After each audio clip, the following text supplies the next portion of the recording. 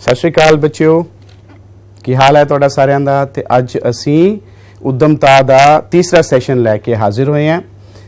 ਮੈਨੂੰ ਉਮੀਦ ਹੈ ਕਿ ਪਿਛਲੇ ਦੋ ਸੈਸ਼ਨ ਤੁਸੀਂ ਸਾਰਿਆਂ ਨੇ ਦੇਖੇ ਹੋਣਗੇ ਔਰ ਉਹਦੇ ਵਿੱਚ ਅਸੀਂ ਜਿਹੜੀਆਂ ਅਸਾਈਨਮੈਂਟਸ ਦਿੱਤੀਆਂ ਸੀਗੀਆਂ ਉਹ ਤੁਸੀਂ ਸਾਰਿਆਂ ਨੇ ਕਰ ਲਈਆਂ ਹੋਣਗੀਆਂ, ਆਪਣੇ ਟੀਚਰਸ ਨੂੰ ਵੀ ਦਿਖਾਈਆਂ ਹੋਣਗੀਆਂ। ਤੇ ਅੱਜ ਦਾ ਜਿਹੜਾ ਸਾਡਾ ਸੈਸ਼ਨ ਹੈ ਉਹ ਅਸੀਂ ਉਹਨਾਂ ਦੋ ਸੈਸ਼ਨਸ ਤੋਂ ਅੱਗੇ ਲੈ ਕੇ ਚੱਲਾਂਗੇ।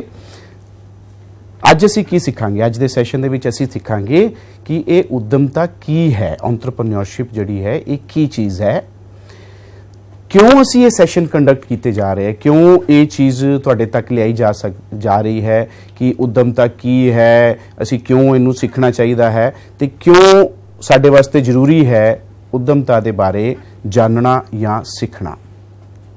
ਫਿਰ ਅਸੀਂ ਕੋਸ਼ਿਸ਼ ਕਰਾਂਗੇ ਇਹ ਸਮਝਣ ਦੀ ਕਿ ਨੌਕਰੀ ਕਰਨ 'ਚ और उद्यमता दे विच ये दोनों दे विच फर्क की है, अंतर की है, और अखीर दे विच असी समझांगे कि जे असी उद्यमी बनना है तां उहदे की तरीके हो सकते हैं। एक जिहड़ा उद्यमी है, एक एंटरप्रेन्योर है, वो किस तरीके नाल अपने किन किन तरीकों दे नाल अपना बिजनेस जिहड़ा है वो एस्टैबलिश करदा है। ते सब तो पहला उद्यमता की है?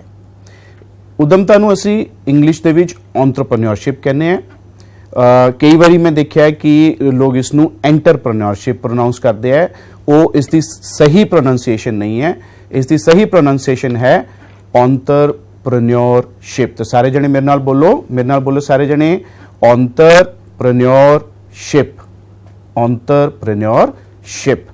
जे असी इहनूं सधारण शब्दां दे विच समझण दी कोशिश करिए, अपनी आम रोज़मर्रा की जिंदगी के नाल जोड़ के देखिए तो यह है जिस तरह असी कई बार कह दें कि उस बंदे का अपना बिजनेस है, या असी कह दें कि यह अपना कारोबार करता है, या कई बार असी ये भी कह दें कि उसका स्वै रोजगार है, उसका जो अपना खड़ा किया होया रोजगार है।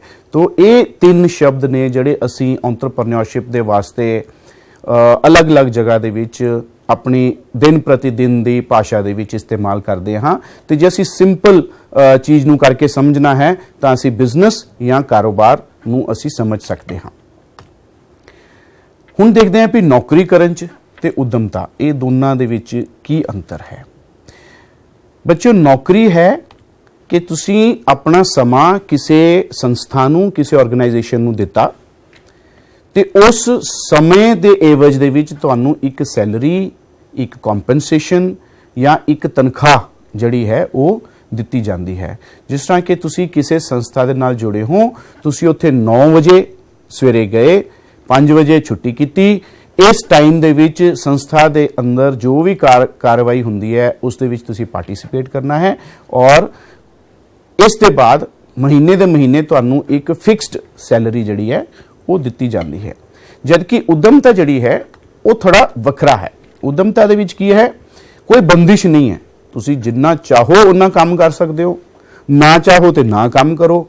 जे काम करोगे, जिन्ना ज़्यादा काम करोगे उन्ना ज़्यादा ही आमदन होएगी। तुहाडी जिहड़ी सैलरी है या जिन्हों असी जिहड़ी नौकरी सैलरी मिलती है वो भी फिक्सड नहीं है। जिन्ना ज़्यादा काम करोगे उन्नी ज़्यादा आमदनी होएगी, जे घट काम करोगे तो घट आमदनी होएगी।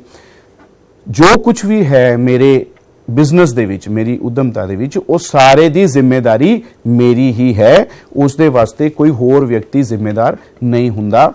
मैनू किसी नू जवाबदेही नहीं है, मेरी सारी जवाबदेही मेरे अपने उत्ते है। तो ये है फर्क नौकरी अते उद्यमता दा। हुण एक नज़र मारीए कि सानू ये सैशनस क्यों करवाए जा रहे हैं, क्यों बच्चों नू ये समझाया जा रहा है कि उद्यमता की है और इनू समझो, क्यों जरूरत है सानू उद्यमता नू सीखण दी, इस जिहड़े स्किल्स ने उन्होंने सीखण दी। तो सब तो पहला तुहानू सारिआं नू पता है, तुसी अखबारां विच भी पढ़दे हो, टीवी च भी तुसी वेख्या होएगा कि नौकरियां जिहड़ियां है वो नहीं मिल रही, और ये नहीं है कि नहीं मिल रही, अगे तो अगे जिस तरह असीं जावांगे तो टैक्नोलॉजी जिहड़ी है वो बहुत सारे कामां नूं आप करन लग गई है। हुण जिस तरह तुसीं सुनिया होएगा आर्टिफिशियल इंटैलीजेंस या मशीन लर्निंग दे बारे दे विच या डेटा एनालिटिक्स दे बारे दे विच, तो ये जिहड़ियां टैक्नोलॉजीज़ है, ऑटोमेशन हो गई, रोबोटिक्स हो गया, बहुत सारे काम जिहड़े है वो पहलां जो व्यक्ति खुद करदा सीगा ਉਹ ਹੁਣ ਮਸ਼ੀਨਾਂ ਕਰਨ ਲੱਗ ਗਈਆਂ ਤੇ ਇਸ ਨਾਲ ਅੱਗੇ ਚੱਲ ਕੇ ਬਹੁਤ ਸਾਰੀਆਂ ਸਾਡੀਆਂ ਜਿਹੜੀਆਂ ਨੌਕਰੀਆਂ ਹੈ ਉਹ ਵੈਸੇ ਹੀ ਘਟ ਜਾਣੀਆਂ ਨੇ। ਤੋ ਜਦੋਂ ਨੌਕਰੀਆਂ ਘਟਣਗੀਆਂ ਤੇ ਫਿਰ ਅਸੀਂ ਕੀ ਕਰਾਂਗੇ? ਤਾਂ ਸਾਡੇ ਕੋਲ ਇੱਕ ਅਪਰਚੂਨਿਟੀ, ਇੱਕ ਮੌਕਾ ਹੁੰਦਾ ਹੈ ਕਿ ਅਸੀਂ ਸਵੈ ਰੋਜ਼ਗਾਰ ਕਰ ਸਕੀਏ, ਜਾਂ ਅਸੀਂ ਆਪਣਾ ਬਿਜ਼ਨਸ ਸ਼ੁਰੂ ਕਰ ਲਈਏ, ਜਾਂ ਅਸੀਂ ਆਪਣਾ ਖੁਦ ਦਾ ਕੋਈ ਕੰਮ ਸ਼ੁਰੂ ਕਰ ਲਈਏ। ਇਸ ਕਰਕੇ ਉਦਮਤਾ ਇਸ ਸਟੇਜ ਦੇ ਉੱਤੇ ਸਿੱਖਣੀ ਸਾਡੇ ਵਾਸਤੇ ਜ਼ਰੂਰੀ ਹੈ। ਦੂਸਰੀ, ਤੁਹਾਡੇ ਜੋ ਬਹੁਤ ਸਾਰੇ ਬੱਚੇ ਜਿਹੜੇ ਹੈ ਉਹ ਵੋਕੇਸ਼ਨਲ ਟ੍ਰੇਨਿੰਗ ਵੱਲ ਜਾਣਾ ਚਾਹਣਗੇ, ਜਾਂ ਆਲਰੇਡੀ ਤੁਸੀਂ ਵੋਕੇਸ਼ਨਲ ਟ੍ਰੇਨਿੰਗ ਕਰ ਰਹੇ ਹੋਵੋਗੇ, ਤੇ ਜਿਹੜੀ ਤੁਸੀਂ ਵੋਕੇਸ਼ਨਲ ਟ੍ਰੇਨਿੰਗ ਕਰ ਰਹੇ ਹੋ ਉਹ ਖਤਮ ਕਰਨ ਤੋਂ ਬਾਅਦ ਫਿਰ ਤੁਸੀਂ ਜੇ ਨੌਕਰੀ ਲੈਣ ਜਾਂਦੇ ਹੋ ਤਾਂ ਤੁਹਾਨੂੰ ਬਹੁਤ ਘੱਟ ਸੈਲਰੀ ਮਿਲਦੀ ਹੈ, ਕਿਉਂਕਿ ਐਕਸਪੀਰੀਅੰਸ ਨਹੀਂ ਹੈ। ਤੇ ਇਸ ਕਰਕੇ ਅਸੀਂ ਉਸ ਆਪਣਾ ਜਿਹੜਾ ਹੁਨਰ ਹੈ, ਜਿਹੜਾ ਸਕਿੱਲ ਹੈ, ਉਸ ਨੂੰ ਅਸੀਂ ਇਸਤੇਮਾਲ ਕਰਕੇ ਅਸੀਂ ਆਪਣਾ ਛੋਟਾ ਮੋਟਾ ਕੰਮ ਸ਼ੁਰੂ ਕਰ ਸਕਦੇ ਹਾਂ। ਜਿਸ ਤਰ੍ਹਾਂ ਕਿ ਵੋਕੇਸ਼ਨਲ ਦੀ ਅਸੀਂ ਗੱਲ ਕਰੀਏ, ਉਹ ਚਾਹੇ ਮੋਟਰ ਮਕੈਨਿਕ ਦਾ ਕੰਮ ਹੈ, ਚਾਹੇ ਉਹ ਤੁਸੀਂ ਵੈਲਡਿੰਗ ਸਿੱਖ ਰਹੇ ਹੋ, ਚਾਹੇ ਤੁਸੀਂ ਇਲੈਕਟ੍ਰੀਸ਼ੀਅਨ ਦਾ ਕੰਮ ਸਿੱਖ ਰਹੇ ਹੋ, ਚਾਹੇ ਤੁਸੀਂ ਬਿਊਟੀਸ਼ੀਅਨ ਦਾ ਕੰਮ ਸਿੱਖ ਰਹੇ ਹੋ, ਚਾਹੇ ਤੁਸੀਂ ਕੰਪਿਊਟਰ ਆਪਰੇਟਰ ਦਾ ਕੋਰਸ ਕੀਤਾ ਹੋਇਆ ਹੈ। ਤਾਂ ਜੋ ਵੀ ਤੁਸੀਂ ਵੋਕੇਸ਼ਨਲ ਦਾ ਕੋਰਸ ਕਰੋਗੇ, ਉਸ ਵੋਕੇਸ਼ਨ ਨੂੰ ਲੈ ਕੇ ਤੁਸੀਂ ਆਪਣਾ ਖੁਦ ਦਾ ਇੱਕ ਕੰਮ ਜਿਹੜਾ ਹੈ ਸ਼ੁਰੂ ਕਰ ਸਕਦੇ ਹੋ ਸਕਦਾ ਹੈ ਕਿ ਇਮੀਡੀਏਟਲੀ ਮਤਲਬ ਸਕੂਲ ਤੋਂ ਪਾਸ ਆਊਟ ਹੋਏ ਤੇ ਨਹੀਂ ਤੁਸੀਂ ਕਰ ਸਕੋਗੇ। ਹੋ ਸਕਦਾ ਤੁਹਾਨੂੰ 6 ਮਹੀਨੇ 1 ਸਾਲ ਕਿਸੇ ਦੇ ਨਾਲ ਕੰਮ ਕਰਕੇ ਆਪਣਾ ਐਕਸਪੀਰੀਅੰਸ ਡਿਵੈਲਪ ਕਰਨਾ ਪਵੇ। ਲੇਕਿਨ ਜਦੋਂ ਵੀ ਤੁਸੀਂ ਚਾਹੋਗੇ ਤਾਂ ਇਹ ਜੋ ਤੁਸੀਂ ਅਗਲੇ ਸੈਸ਼ਨਸ ਦੇ ਵਿੱਚ ਸਿੱਖੋਗੇ, ਜਾਂ ਜਿਹੜੇ ਪਿਛਲੇ 2 ਸੈਸ਼ਨ 'ਚ ਤੁਸੀਂ ਸਿੱਖਿਆ ਹੈ, ਇਹ ਤੁਹਾਡੇ ਕੰਮ ਜ਼ਰੂਰ ਆਏਗਾ।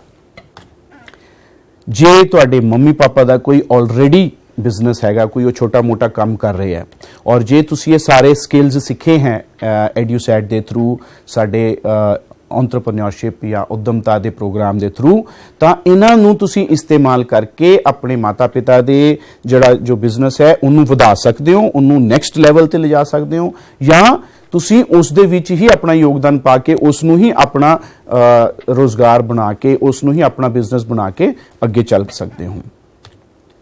ਫਿਰ ਬਹੁਤ ਸਾਰੇ ਲੋਕ ਮੈਨੂੰ ਕਹਿੰਦੇ ਨੇ ਕਿ ਅਸੀਂ ਸਮਾਜ ਸੇਵਾ ਕਰਨੀ ਹੈ, ਅਸੀਂ ਕੋਈ ਭਲਾਈ ਦਾ ਕੰਮ ਕਰਨਾ ਹੈ, ਲੋਕਾਂ ਵਾਸਤੇ, ਸਮਾਜ ਵਾਸਤੇ ਕੰਮ ਕਰਨਾ ਹੈ। ਤਾਂ ਬੱਚਿਓ, ਮੈਂ ਤੁਹਾਨੂੰ ਇੱਥੇ ਦੱਸਣਾ ਚਾਹਨਾ ਕਿ ਉਦਮਤਾ ਜਿਹੜੀ ਹੈ ਉਹ ਤੁਸੀਂ ਸਮਾਜ ਸੇਵਾ ਕਰਦੇ ਹੋਏ ਵੀ ਕਰ ਸਕਦੇ ਹੋ। ਇੱਕ ਪਾਰਟਿਕੂਲਰ ਜਿਹੜਾ ਮੈਥਡ ਹੈ ਜਿਹਨੂੰ ਅਸੀਂ ਕਹਿੰਦੇ ਹਾਂ ਸਮਾਜਿਕ ਉਦਮਤਾ, ਸੋਸ਼ਲ ਐਂਟਰਪ੍ਰੀਨਿਓਰਸ਼ਿਪ। ਤਾਂ ਇਸ ਦਾ ਮਕਸਦ ਕੀ ਹੁੰਦਾ ਹੈ ਕਿ ਅਸੀਂ ਸਮਾਜ ਵਾਸਤੇ ਕੁਝ ਕਰੀਏ, ਔਰ ਜਦੋਂ ਅਸੀਂ ਸਮਾਜ ਵਾਸਤੇ ਕੁਝ ਕਰ ਰਹੇ ਹਾਂ ਨਾਲ ਦੀ ਨਾਲ ਅਸੀਂ ਆਪਣਾ ਪ੍ਰੋਫਿਟ ਵੀ, ਆਪਣਾ ਮੁਨਾਫਾ ਵੀ ਕਮਾ ਸਕੀਏ। ਤੋ 2 ਕੰਮ ਹੋ ਰਹੇ ਹੈ, ਇੱਕ ਤਾਂ ਬਿਜ਼ਨਸ ਹੋ ਰਿਹਾ ਹੈ ਔਰ ਬਿਜ਼ਨਸ ਦੇ ਨਾਲ ਨਾਲ ਅਸੀਂ ਸਮਾਜ ਦੀ ਭਲਾਈ ਵੀ ਕਰ ਰਹੇ ਹਾਂ, ਕਿਸੇ ਦੀ ਹੈਲਪ ਵੀ ਕਰ ਪਾ ਰਹੇ ਹਾਂ। ਤੋ ਇਹ ਵੀ ਅਸੀਂ ਅਗਲੇ ਸੈਸ਼ਨਸ ਦੇ ਵਿੱਚ ਹੋਰ ਡਿਟੇਲ ਦੇ ਵਿੱਚ ਸਮਝਣ ਦੀ ਕੋਸ਼ਿਸ਼ ਕਰਾਂਗੇ। ਕੁਝ ਸ਼ਬਦ ਨੇ ਇਹੋ ਜਿਹੇ ਜਿਹੜੇ ਅਸੀਂ ਬਾਰ-ਬਾਰ ਯੂਜ਼ ਕਰਾਂਗੇ, ਤੇ ਆਓ ਪਹਿਲਾਂ ਅਸੀਂ ਉਹਨਾਂ ਨੂੰ ਥੋੜਾ ਕਲੀਅਰ ਕਰ ਲਈਏ ਜਿਹੜੇ ਉਦਮਤਾ ਦੇ ਨਾਲ ਰਿਲੇਟਡ ਹੈ। ਤਾਂ ਸਭ ਤੋਂ ਪਹਿਲਾਂ ਹੈ ਉਦਮੀ। ਉਦਮੀ ਕੌਣ ਹੈ? ਐਂਟਰਪ੍ਰੀਨਿਓਰ। ਐਂਟਰਪ੍ਰੀਨਿਓਰ ਮਤਲਬ ਉਹ ਵਿਅਕਤੀ ਜੋ ਉਦਮਤਾ ਕਰਦਾ ਹੈ, ਉਹ ਵਿਅਕਤੀ ਜੋ ਬਿਜ਼ਨਸ ਕਰਦਾ ਹੈ, ਜੋ ਐਂਟਰਪ੍ਰੀਨਿਓਰਸ਼ਿਪ ਕਰਦਾ ਹੈ, ਉਸ ਨੂੰ ਅਸੀਂ ਕਹਿੰਦੇ ਹਾਂ ਉਦਮੀ ਜਾਂ ਐਂਟਰਪ੍ਰੀਨਿਓਰ। ਜਿਹੜਾ ਇੱਕ ਪ੍ਰਕਿਰਿਆ ਹੁੰਦੀ ਹੈ ਉਦਮਤਾ ਦੀ, ਜਿਹੜਾ ਇੱਕ ਪ੍ਰੋਸੈਸ ਹੈ, ਉਹ ਪ੍ਰੋਸੈਸ ਜੋ ਹੈ ਉਹਨੂੰ ਅਸੀਂ ਕਹਿੰਦੇ ਹਾਂ एंटरप्रेन्योरशिप या उद्यमता। ते जो एक संस्था बनती है, जो एक जगह बन के आती है जिथे उद्यमता हो रही होवे, उसनों असीं कहने हाँ एंटरप्राइज। इनू असीं एंटरप्राइज नहीं कहते, एंटरप्राइज कहते हैं। एंटरप्राइज ते ये है वो संस्था या उद्यम। तो एक ही हो सकता है, एक फैक्ट्री भी हो सकती है, एक ऑफिस भी हो सकता है, ये तुहाडा घर भी हो सकता है जे तुसीं घर तो काम कर रहे हो ते, और ये एक तुहाडा कोई शोरूम या शॉप भी हो सकती है। तो 3 चीज़ां ने इत्थे, उद्यमी एंटरप्रेन्योर जो उद्यमता करता है, उद्यमता जो कि एक प्रोसैस है बिजनेस करन दा, और उद्यम या संस्था जिन्हों असी एंटरप्राइज कहने हैं वो जगह जिथे उद्यमता की जाती है। तो ये 3 चीज़ां ने, इन्हां दा जिक्र बार बार आएगा साडे सैशनस दे विच, इस करके इन्हां नूं तुसीं याद रखना है। तो आओ हुण देखिए कि एक उद्यमी जो है वो करदा की है, वो किस तरह दे बिजनेस नूं डिवेलप करदा है। तो सब तो पहला है कि वो कोई समान या उत्पाद जिन्हों असीं कहने प्रोडक्ट उसनूं वेचदा है। तो तो मेरे कोल एक प्रोडक्ट है, एक माउस है, मैं इनू खरीदिया और मैं इनू वेचिया, ते ये एक तरह की उद्यमता है। दूसरा है कि मैं अपनी सेवावां, मैं कोई समान नहीं वेच रहा पर मैं कोई काम कर रहा और उस काम वास्ते मैनू मेरी फीस या मेरा मुआवजा मिल रहा है। तो कोई इत्थे कोई प्रोडक्ट नहीं है बल्कि सर्विसेज है, मैं कोई सर्विसेज तुहानू दे रहा और उस दे एवज विच तुसी मैनू कुछ मेरा मेहनताना या कॉम्पनसेशन दे रहे हो। इन्होंने असी थोड़ा डिटेल समझने की कोशिश करते हैं। पहला असी गल करते हैं सेवावां दी, ते सेवावां सर्विसेज इनू असी थोड़े जे एग्जाम्पल्स दे नाल समझना चाहांगे। फॉर एग्जाम्पल तुहाडा घर दा एसी खराब हो गया या तुसी उहदी सर्विसिंग करानी है, तो तुसी मकैनिक नू फोन किया, मकैनिक आया, उन्हें तुहाडा एसी जिहड़ा सीगा उहनू ठीक कर दिता और ठीक करन तो बाद वो तुहाडे कोल आया जी 500 रुपए दे दो, मेरे सर्विस चार्ज है या मेरी फीस है, तुसी उहनू 500 रुपए देते। उन्हें तुहानू कुछ वेचिया नहीं, उन्हें सिर्फ अपना समा तुहानू दिता, सेवावां तुहानू दित्तियां और उस दे एवज दे विच उन्हें एक फीस तुहाडे कोलों चार्ज कीती। तुसी किसी ट्रैवल एजेंट कोल जांदे हो, चाहे तुसी पासपोर्ट बनाना है, चाहे तुसी वीज़ा लवाना है, चाहे तुसी कोई एयर टिकट खरीदनी है, तो जदों ट्रैवल एजेंट कोलों तुसी जांदे हो तो वो तुहानू इन्हां कम्मां विच जिहड़ी मदद करदा है, वीज़ा लवाउण दे विच, एप्लीकेशन भरन दे विच, एप्लीकेशन अंबैसी च लगाउण विच, उत्थे नंबर लवाउण विच, इंटरव्यू कराउण विच, वो जिन्ना भी काम करदा है उस दे वास्ते वो तुहाडे कोलों एक फीस चार्ज करदा है जो उस दियां सर्विसेज दी फीस है। विआहां शादियां दे उत्ते असी सारे मेकअप आर्टिस्ट नूं बुलाने आ, मेकअप करांदे आ, या तुसी वैसे भी अदरवाइज ऑल्सो तुसी ब्यूटी पार्लर च जाके फेशियल करांदे हो या होर मेकअप करांदे हो, तां जो ब्यूटिशियन या जो मेकअप आर्टिस्ट है वो तुहाडे कोलों एक फीस चार्ज करता है। वो फीस जिहड़ी है वो उस दियां सेवावां दी फीस है। मान लो तुहाडी प्रेस खराब हो गई और तुसी अपनी प्रेस लै करके मार्केट गए और उत्थे जाके तुसी मकैनिक नूं कहा बई आ मेरी प्रेस खराब हो गई है, इनू तुसी ठीक कर दो, ते मकैनिक ने तुहाडी प्रेस जिहड़ी है उन्होंने खोल के देखा, चेक किया और क्या कि ਇਹਦਾ एलीमेंट सड़ गया जी, एलीमेंट नवा पाना पेगा। तुसी कहा जी हाँ जी पा दिओ, ठीक कर दिओ इनू, और मकैनिक ने एलीमेंट पाया तो तुसी पूछा उन्होंने बई किन्ने पैसे हो गए, कहंदे जी 100 रुपये का एलीमेंट ते 150 रुपया मेरी लेबर, तो 100 रुपये का तो उन्हें एलीमेंट पाता। ये जो 150 रुपया है ना, ये जिन्हों असी लेबर कहने हैं, ये ओदी सर्विस फी है, उन्हें तुहानू एक सर्विस प्रोवाइड की है, उस करके वो तुहाडे कोलों एक फीस चार्ज कर रहा है। जे कोर्ट दे विच तुसी केस कोई लड़ना है या केस करना है ते तुसी एक लॉयर नू हायर करते हो, एक लॉयर दे कोल जांदे हो, उहदियां सर्विसेज लैंदे हो, तुहाडे वास्ते फाइल बनांदा है, केस लगांदा है, जाके तरीक भुगतदा है, ते ਉਹ ਜਿਹੜੀਆਂ सर्विसेज एक लॉयर तुहानू दिंदा है, उन्हां सर्विसेज वास्ते वो तुहाडे कोलों एक फीस चार्ज करदा है। ये भी सर्विसेज दे अंडर, सेवावां दे अंदर ही आंदा है। फिर तुसी देखिया होएगा सेवा केंद्र, मैनू उम्मीद है सारे जने तुसी सेवा केंद्र जरूर गए होवोगे, या तो बिजली का बिल जमा कराने वास्ते, या अपना आधार कार्ड बनाने वास्ते, या पैन कार्ड बनाने वास्ते। तो सेवा केंद्र च की हुंदा है, वो तुहाडी हेल्प करदे कुछ काम करने वास्ते, फार्म भरने वास्ते, कंप्यूटर च एंट्री करने वास्ते, फिंगरप्रिंट लाने वास्ते, तो उहदे वास्ते वो तुहाडे कोलों 20 रुपए 25 रुपए का सर्विस चार्ज लैंदे हैगे आ। ये की हो रहा है, इहदा नाम ही देखो सेवा केंद्र, सर्विस सेंटर, मतलब कि इत्थे तुहानू सर्विस प्रोवाइड की जाती है। तो सब तो पहली तरह की जिहड़ी उद्यमता है वो है किसी दूसरे नू अपनी सर्विसेज प्रोवाइड करके उस दे बदले कुछ पैसे चार्ज करना। हुण देखो इत्थे कोई लागत नहीं है, इत्थे सिर्फ स्किल है, इत्थे सिर्फ तुहानू एक हुनर चाहिए, चाहे कोई ब्यूटिशियन है, चाहे वो प्रेस दा मकैनिक है, चाहे वो सेवा केंद्र च काम करते हैं, चाहे वो एसी मकैनिक है, ये सारे इन्हां कोल सिर्फ हुनर है और एक टूल बैग है, और उस दे नाल वो तुहानू सेवा दे करके पैसे कमा रहे हैं। दूसरा असीं देखिए कि होर उद्यमी जो है वो की करते हैं, उत्पाद यानी कि असी गल की प्रोडक्ट दी, समान दी, जिस तरह असी क्या एक समान है उन्होंने वेचिया जाता है और वेचन तो बाद कुछ पैसे जड़े है वो ले जाते हैं। तो ये जड़े उद्यमी ने ਇਹ ਤਿੰਨ ਤਰ੍ਹਾਂ ਦੇ ਹੁੰਦੇ ਨੇ। ਇੱਕ ਹੈ ਨੇ ਜਿਹੜੇ ਉਤਪਾਦਨ ਕਰਦੇ ਨੇ, ਜਿਹੜੇ ਪ੍ਰੋਡਕਟ ਨੂੰ ਬਣਾਉਂਦੇ ਆ, ਇਹ ਪ੍ਰੋਡਕਟ ਹੈ, ਉਸ ਪ੍ਰੋਡਕਟ ਨੂੰ ਬਣਾ ਕੇ ਤੇ ਫਿਰ ਅੱਗੇ ਮਾਰਕੀਟ ਦੇ ਵਿੱਚ ਵੇਚਦੇ ਆ, ਜਿਹਨੂੰ ਅਸੀਂ ਕਹਿ ਦਿੰਦੇ ਆ ਮੈਨੂਫੈਕਚਰਿੰਗ ਜਾਂ ਪ੍ਰੋਡਕਸ਼ਨ। ਹੋਰ ਤਰ੍ਹਾਂ ਦੇ ਜਿਹੜੇ ਉਦਮੀ ਨੇ ਉਹ ਕੀ ਕਰਦੇ ਨੇ, ਉਹ ਬਣਾਉਂਦੇ ਨਹੀਂ, ਉਹ ਮਾਰਕੀਟ ਤੋਂ ਖਰੀਦਦੇ ਤੇ ਫਿਰ ਅੱਗੇ ਵੇਚ ਦਿੰਦੇ ਆ, ਇਹਨੂੰ ਅਸੀਂ ਕਹਿੰਦੇ ਆ ਟ੍ਰੇਡਿੰਗ। ਔਰ ਤੀਸਰੀ ਤਰ੍ਹਾਂ ਦੇ ਜਿਹੜੇ ਉਦਮੀ ਨੇ ਉਹ ਨੇ ਕਿ ਉਹ ਇੱਕ ਪ੍ਰੋਡਕਟ ਲੈਂਦੇ ਆ, ਉਹਦੇ ਵਿੱਚ ਕੋਈ ਵੈਲਿਊ ਐਡੀਸ਼ਨ ਕਰਦੇ, ਉਸ ਦੀ ਉਪਯੋਗਤਾ ਨੂੰ ਵਧਾ ਦਿੰਦੇ ਆ, ਕਿਸੇ ਵੀ ਤਰੀਕੇ ਨਾਲ ਉਸ ਦੀ ਉਪਯੋਗਤਾ ਨੂੰ ਵਧਾ ਦਿੰਦੇ ਆ। ਔਰ ਕਿਉਂਕਿ ਉਪਯੋਗਤਾ ਨੂੰ ਵਧਾਉਂਦੇ ਆ ਤੇ ਫਿਰ ਉਹਨਾਂ ਨੂੰ ਉਸ ਪ੍ਰੋਡਕਟ ਦੇ ਜ਼ਿਆਦਾ ਪੈਸੇ ਮਾਰਕੀਟ ਤੋਂ ਮਿਲਦੇ ਆ। ਇਹਨਾਂ ਨੂੰ ਅਸੀਂ ਇੱਕ ਇੱਕ ਕਰਕੇ ਸਮਝਣ ਦੀ ਕੋਸ਼ਿਸ਼ ਕਰਦੇ ਹਾਂ। ਹੁਣ ਕੱਲ ਪਰਸੋਂ ਮੈਂ ਮਾਰਕੀਟ ਗਿਆ ਸੀਗਾ ਤੇ ਮਾਰਕੀਟ ਗਿਆ ਤੇ ਅੱਜ ਕੱਲ ਦੀਵਾਲੀ ਦਾ ਮੌਕਾ ਚੱਲ ਰਿਹਾ ਨਾ, ਫੈਸਟੀਵਲ ਚੱਲ ਰਿਹਾ, ਤੇ ਮੈਂ ਉੱਥੇ ਦੇਖਿਆ ਕਿ ਇੱਕ ਜਗ੍ਹਾ ਦੇ ਉੱਤੇ ਨਾ ਬੜੀਆ ਵਧੀਆ ਸਵਾਦ ਐਨ ਕਰਾਰੀਆਂ ਔਰ ਗਰਮਾ ਗਰਮ ਜਲੇਬੀਆਂ ਜਿਹੜੀਆਂ ਸੀਗੀਆਂ ਬਣ ਰਹੀਆਂ। ਮੇਰਾ ਬੜਾ ਮੂੰਹ 'ਚ ਪਾਣੀ ਆ ਗਿਆ, ਮੇਰਾ ਦਿਲ ਕਰੇ ਕਿ ਇਹ ਜਲੇਬੀਆਂ ਤੇ ਅੱਜ ਨਾ ਲੈ ਕੇ ਜਾਣੀਆਂ ਇੱਥੋਂ। ਤੇ ਮੈਂ ਉੱਥੇ ਜਾ ਕੇ ਟੋਕਨ ਲਿਆ ਔਰ ਅੱਜ ਕੱਲ ਤੇ ਇਹ ਹਾਲ ਹੈ ਕਿ ਜਲੇਬੀਆਂ ਲੈਣ ਵਾਸਤੇ ਵੀ ਤੁਹਾਨੂੰ ਲਾਈਨ 'ਚ ਲੱਗਣਾ ਪੈ ਰਿਹਾ। ਤੇ ਮੈਨੂੰ ਤਕਰੀਬਨ ਅੱਧਾ ਘੰਟਾ ਵੇਟ ਕਰਨ ਤੋਂ ਬਾਅਦ ਮੈਨੂੰ ਜਲੇਬੀਆਂ ਮਿਲੀਆਂ। ਤੇ ਜਦੋਂ ਮੈਂ ਉੱਥੇ ਪਹੁੰਚਿਆ ਕਾਊਂਟਰ ਤੇ ਮੈਂ ਦੇਖਿਆ ਨਾਲ ਦੀ ਨਾਲ ਇੱਕ ਬੰਦਾ ਬੈਠ ਕੇ ਜਲੇਬੀਆਂ ਬਣਾ ਰਿਹਾ ਸੀਗਾ। ਇਹ ਜਲੇਬੀਆਂ ਕਿੱਥੋਂ ਬਣ ਰਹੀਆਂ ਸੀ, ਕਿਸ ਚੀਜ਼ ਦੀਆਂ ਬਣ ਰਹੀਆਂ ਸੀ? ਤਿੰਨ ਚੀਜ਼ਾਂ ਦਾ ਇਸਤੇਮਾਲ ਕਰ ਰਿਹਾ ਸੀ ਉਹ, ਮੈਦੇ ਦਾ, ਘਿਓ ਦਾ ਤੇ ਖੰਡ ਦਾ। ਇਹ ਜਿਹੜੀ ਚੀਜ਼ਾਂ ਨੇ ਮੈਦਾ, ਘਿਓ ਤੇ ਖੰਡ, ਇਹਨਾਂ ਨੂੰ ਅਸੀਂ ਕਹਿੰਦੇ ਕੱਚਾ ਮਾਲ ਜਾਂ ਰॉ ਮਟੀਰੀਅਲ ਜਾਂ ਕੱਚਾ ਮਾਲ।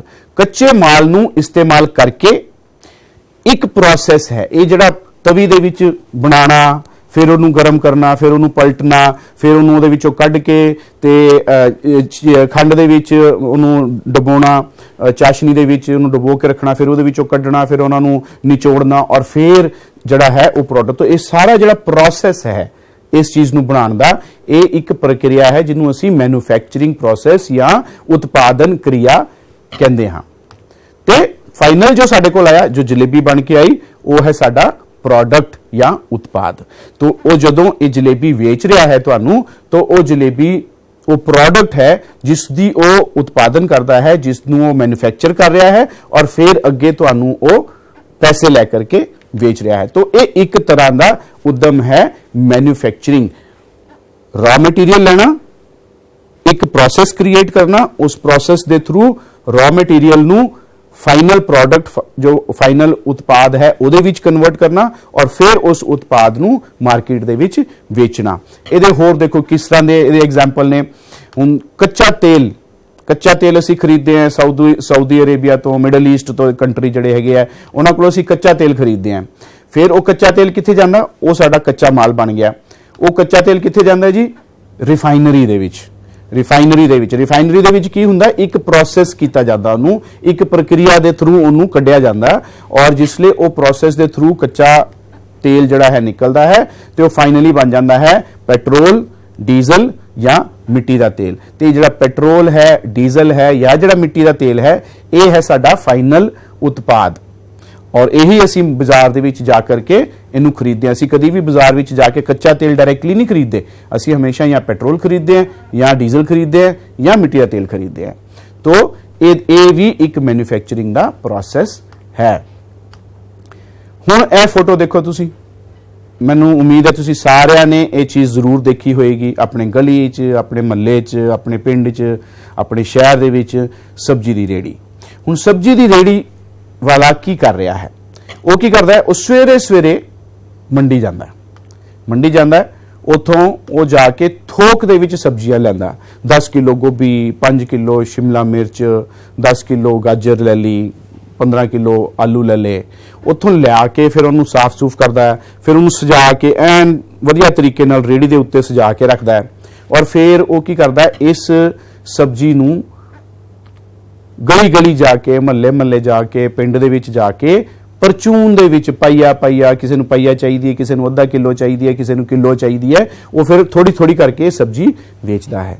ਕਿਉਂਕਿ ਉਹ ਸਬਜ਼ੀ ਉਹਨੇ ਥੋਕ ਵਿੱਚ ਲਈ ਸੀਗੀ ਤਾਂ ਉਹ ਸਬਜ਼ੀ ਉਹਨੂੰ ਸਸਤੀ ਪੈਂਦੀ ਹੈ। ਜੇ ਉਹ 20 ਕਿਲੋ ਆਲੂ ਖਰੀਦਦਾ ਤੇ ਉਹ ਆਲੂ ਉਹਨੂੰ 20 ਰੁਪਏ ਕਿਲੋ ਪੈਂਦੇ ਆ, ਲੇਕਿਨ ਜਦੋਂ ਉਹ ਅੱਧਾ ਕਿਲੋ ਕਰਕੇ ਵੇਚਦਾ ਅੱਗੇ ਪਰਚੂਨ ਵਿੱਚ ਵੇਚਦਾ ਤੇ ਉਹੀ ਆਲੂ ਜਿਹੜੇ ਹੈ ਅੱਗੇ ਉਹ 30 ਰੁਪਏ ਕਿਲੋ ਵੇਚਦਾ ਤੇ ਉਹ 10 ਰੁਪਏ ਦਾ ਜਿਹੜਾ ਉਹਦਾ ਮੁਨਾਫਾ ਹੈ, ਜਿਹੜਾ ਉਹਦਾ ਪ੍ਰੋਫਿਟ ਹੈ, ਉਹ ਆਪਣੇ ਕੋਲ ਰੱਖ ਲੈਂਦਾ ਹੈ। ਤਾਂ ਇਸ ਤਰ੍ਹਾਂ ਦੀ ਜਿਹੜੀ ਉਦਮਤਾ ਹੈ ਇਹਨੂੰ ਅਸੀਂ ਕਹਿੰਦੇ ਹਾਂ ਟ੍ਰੇਡਿੰਗ। ਅਸੀਂ ਸਮਾਨ ਖਰੀਦਿਆ, ਥੋਕ ਦੇ ਵਿੱਚ ਸਮਾਨ ਖਰੀਦਿਆ, ਆਪਣੇ ਕੋਲ ਰੱਖਿਆ, ਫਿਰ ਉਹ ਸਮਾਨ ਅਸੀਂ ਅੱਗੇ ਗਾਹਕ ਨੂੰ ਪਰਚੂਨ ਦੇ ਵਿੱਚ ਵੇਚ ਦਿੱਤਾ, ਥੋੜਾ ਜਿਹਾ ਉਹਦੇ ਉੱਤੇ ਪ੍ਰੋਫਿਟ ਲਗਾ ਕੇ, ਤੇ ਇਹਨੂੰ ਅਸੀਂ ਕਹਿ ਦਿੰਦੇ ਹਾਂ ਵਪਾਰ ਜਾਂ ਟ੍ਰੇਡਿੰਗ। ਇਹ ਹੈ ਦੂਸਰੀ ਤਰ੍ਹਾਂ ਦੀ ਉਦਮਤਾ। ਜਿਸ ਤਰ੍ਹਾਂ ਫॉर ਐਗਜ਼ਾਮਪਲ ਤੁਸੀਂ ਮਾਰਕੀਟ ਜਾਂਦੇ ਹੋ ਸਟੇਸ਼ਨਰੀ ਲੈਣ ਵਾਸਤੇ, ਕਾਪੀ, ਪੈਨਸਲ, ਪੈਨ, ਸ਼ਾਰਪਨਰ, ਰਬੜ ਤੁਸੀਂ ਖਰੀਦਣਾ, ਤੁਸੀਂ ਮਾਰਕੀਟ ਜਾਂਦੇ ਹੋ ਤੇ ਉਹ ਜਿਹੜਾ ਸਟੇਸ਼ਨਰੀ ਦੀ ਸ਼ਾਪ ਹੈ ਉਹ ਕੀ ਕਰਦਾ, ਉਹ ਪਿੱਛੋਂ ਜਿਹੜਾ ਹੋਲਸੇਲ ਦਾ ਸੈਲਰ ਹੈ, ਥੋਕ ਵਿਕਰੇਤਾ ਹੈ, ਉਹਦੇ ਕੋਲੋਂ ਕਾਪੀਆਂ ਪੈਨਸਲਾਂ ਥੋਕ ਦੇ ਵਿੱਚ ਲੈ ਕੇ ਆਉਂਦਾ। 100 ਪੈਨਸਲਾਂ ਲੈ ਲਈਆਂ, ਜਦੋਂ ਉਹਨੇ 100 ਪੈਨਸਲਾਂ ਲਈਆਂ ਤੇ ਉਹਨੂੰ ਇੱਕ ਪੈਨਸਲ ਪਈ 2 ਰੁਪਏ ਦੀ। ਹੁਣ ਜਦੋਂ ਉਹ ਇੱਕ ਪੈਨਸਲ ਅੱਗੇ ਵੇਚਦਾ ਹੈ ਤਾਂ ਉਹੀ ਪੈਨਸਲ ਉਹ ਅੱਗੇ 2.5 ਰੁਪਏ ਦੀ ਵੇਚਦਾ ਹੈ ਤੇ ਫਿਰ ਉਹ ਜਿਹੜੇ 50 ਪੈਸੇ ਹੈ ਉਹ ਉਸ ਦਾ ਮੁਨਾਫਾ ਬਣ ਜਾਂਦਾ ਹੈ। ਇਸ ਤਰੀਕੇ ਦੇ ਨਾਲ ਉਹ ਕੀ ਕਰ ਰਿਹਾ ਹੈ, ਉਹ ਵੀ ਟ੍ਰੇਡਿੰਗ ਕਰ ਰਿਹਾ ਹੈ। ਇਸੇ ਤਰ੍ਹਾਂ ਤੁਸੀਂ ਬ੍ਰੈਡ ਖਰੀਦਦੇ ਹੋ, ਤੁਸੀਂ ਬਿਸਕਿਟ ਲੈਣ ਜਾਂਦੇ ਹੋ ਮਾਰਕੀਟ ਦੇ ਵਿੱਚ, ਤਾਂ ਇਹ ਸਾਰੇ ਜਿਹੜੇ ਲੋਕ ਨੇ ਇਹ ਸਮਾਨ ਪਿੱਛੋਂ ਖਰੀਦਦੇ ਆ ਔਰ ਅੱਗੇ ਪਰਚੂਨ ਵਿੱਚ ਵੇਚ ਕੇ ਆਪਣਾ ਮੁਨਾਫਾ ਉਹਦੇ ਵਿੱਚੋਂ ਕਮਾਉਂਦੇ ਹੈ। ਤਾਂ ਇਹਨੂੰ ਅਸੀਂ ਕਹਿੰਦੇ ਹਾਂ ਟ੍ਰੇਡਿੰਗ ਕਰਨਾ। ਇਹ ਕਿਸੇ ਚੀਜ਼ ਦਾ ਕੋਈ ਮੈਨੂਫੈਕਚਰਿੰਗ ਇੱਥੇ ਨਹੀਂ ਕਰ ਰਹੇ। ਤੀਸਰੀ ਜਿਹੜੀ ਮੈਥਡ ਹੈ ਉਹ ਹੈ ਵੈਲਿਊ ਐਡੀਸ਼ਨ, ਯਾਨੀ ਕਿ ਉਪਯੋਗਤਾ ਨੂੰ ਵਧਾਉਣਾ। ਕਿਸੇ ਪ੍ਰੋਡਕਟ ਨੂੰ ਲੈ ਕੇ ਉਸ ਦੀ ਉਪਯੋਗਤਾ ਨੂੰ ਵਧਾ ਕੇ ਤੇ ਫਿਰ ਮਹਿੰਗਾ ਕਰਕੇ ਅੱਗੇ ਵੇਚਣਾ, ਜ਼ਿਆਦਾ ਰੇਟ ਦੇ ਉੱਤੇ ਅੱਗੇ ਵੇਚਣਾ। ਤਾਂ ਇਹਨੂੰ ਅਸੀਂ ਇੱਕ ਐਗਜ਼ਾਮਪਲ ਨਾਲ ਫਿਰ ਸਮਝਦੇ ਹਾਂ। ਹੁਣ ਇਹ ਤੁਸੀਂ ਦੇਖਿਆ, ਸਾਰਿਆਂ ਨੂੰ ਪਛਾਣ ਲਿਆ ਹੋਏਗਾ ਇਹ ਕੀ ਚੀਜ਼ ਹੈ ਨਾ, ਸਾਰਿਆਂ ਨੂੰ ਬੜੀ ਪਸੰਦ ਹੈ ਇਹ ਚੀਜ਼। ਹਾਂਜੀ, ਇਹ ਨੇ ਨੂਡਲ। ਤੇ ਤੁਸੀਂ ਜਦੋਂ ਮਾਰਕੀਟ ਜਾਂਦੇ ਹੋ ਤੇ ਇੱਕ ਵਿਅਕਤੀ ਹੈ, ਜਾਂ ਤੇ ਤੁਸੀਂ ਨੂਡਲ ਮਾਰਕੀਟ ਤੋਂ ਇਦਾਂ ਹੀ ਪੈਕੇਟ ਖਰੀਦ ਕੇ ਲਿਆਏ ਤੇ ਘਰੇ ਆ ਕੇ ਬਣਾ ਲਈ, ਹੈ ਨਾ। ਇਹ ਤਾਂ ਫਿਰ ਉਹ ਦੁਕਾਨਦਾਰ ਜਿਹੜਾ ਕਰ ਰਿਹਾ ਟ੍ਰੇਡਿੰਗ ਕਰ ਰਿਹਾ, ਉਹਨੇ ਬਾਜ਼ਾਰ ਤੋਂ ਨੂਡਲ ਲਏ, ਉਹਨੇ 100 ਪੈਕੇਟ ਲਏ, ਅੱਗੇ ਇੱਕ 2 ਕਰਕੇ ਵੇਚੇ ਤੇ ਆਪਣਾ ਮੁਨਾਫਾ ਕਮਾਇਆ, ਉਹ ਹੋ ਗਈ ਟ੍ਰੇਡਿੰਗ। ਲੇਕਿਨ ਫਿਰ ਉਹਨੂੰ ਖਿਆਲ ਆਇਆ ਕਿ ਜੇ ਮੈਂ ਇਦਾਂ ਹੀ ਪੈਕੇਟ ਵੇਚਦਾ ਤੇ ਮੈਨੂੰ ਘੱਟ ਮੁਨਾਫਾ ਹੁੰਦਾ। ਤਾਂ ਉਹਨੇ ਕੀ ਕੀਤਾ, ਉਹਨੇ ਇੱਕ ਆਪਣਾ ਸਟੋਵ ਲਾਇਆ, ਸਟੋਵ ਦੇ ਉੱਤੇ ਇੱਕ ਪੈਨ ਰੱਖਿਆ ਤੇ ਉਹੀ ਨੂਡਲ ਦਾ ਪੈਕੇਟ ਜਿਹੜਾ ਸੀਗਾ ਉਹਨੇ ਬੋਇਲ ਕੀਤਾ।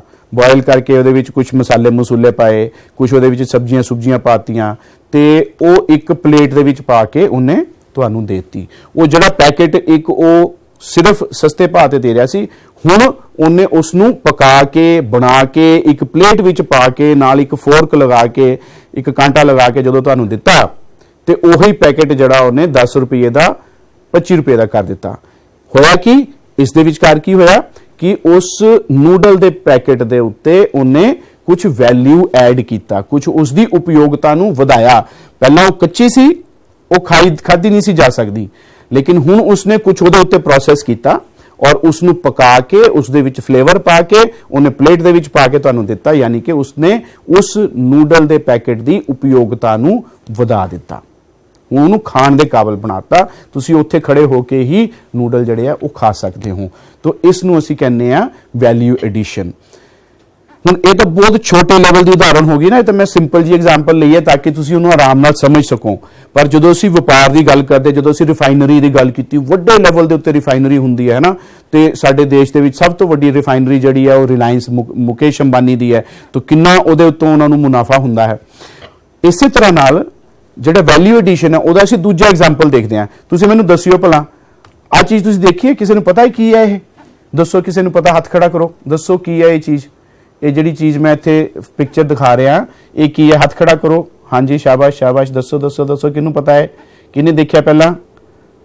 ਸ਼ਾਬਾਸ਼, ਵੈਰੀ ਗੁੱਡ ਵੈਰੀ ਨਾਈਸ। ਹਾਂ, ਇਹ ਹੀਰਾ ਹੈ, ਹੀਰਾ, ਡਾਇਮੰਡ। ਇਸ ਤਰੀਕੇ ਦੇ ਨਾਲ ਇਹ ਡਾਇਮੰਡ ਜਿਹੜਾ ਹੀਰਾ ਹੈ ਉਹ ਜ਼ਮੀਨ ਦੇ ਵਿੱਚੋਂ ਨਿਕਲਦਾ ਹੈ। तो ये एक पत्थर की शेप का होंगे जो जमीन चो निकलता है।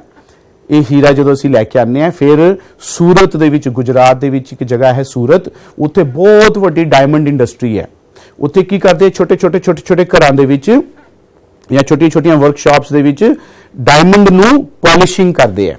उत्थे मशीनां लगियां हुई ने और उत्थे डायमंड नू ओनू कटिंग की जाती है, पॉलिशिंग की जाती है ਔਰ ਫਿਰ ਉਹ ਸਾਰਾ ਪ੍ਰੋਸੈਸ, ਉਹ ਸਾਰੀ ਵੈਲਿਊ ਐਡੀਸ਼ਨ ਕਰਨ ਤੋਂ ਬਾਅਦ ਇਦਾਂ ਦਾ ਹੀਰਾ ਬਣ ਕੇ ਮਾਰਕੀਟ ਦੇ ਵਿੱਚ ਡਾਇਮੰਡ ਜਿਹੜਾ ਅਸੀਂ ਦੇਖਦੇ ਹਾਂ ਉਹ ਇਸ ਤਰੀਕੇ ਦਾ ਹੁੰਦਾ ਹੈ। ਤਾਂ ਦੇਖੋ ਪਹਿਲਾਂ ਸ਼ੁਰੂ 'ਚ ਕਿਦਾਂ ਦਾ ਸੀਗਾ, ਬਿਲਕੁਲ ਪੱਥਰ ਸੀ, ਲੇਕਿਨ ਜਦੋਂ ਉਹਦੇ ਉੱਤੇ ਪ੍ਰੋਸੈਸਿੰਗ ਹੋਈ, ਜਦੋਂ ਉੱਤੇ ਵੈਲਿਊ ਐਡੀਸ਼ਨ ਕੀਤੀ ਗਈ, ਤਾਂ ਫਿਰ ਦੇਖੋ ਕਿੰਨਾ ਜਿਹੜਾ ਫਾਈਨਲ ਪ੍ਰੋਡਕਟ ਹੈ, ਜਿਹੜਾ ਉਤਪਾਦਨ ਹੈ, ਉਹ ਕਿੱਡਾ ਵਧੀਆ ਸਾਡੇ ਸਾਹਮਣੇ ਆਇਆ।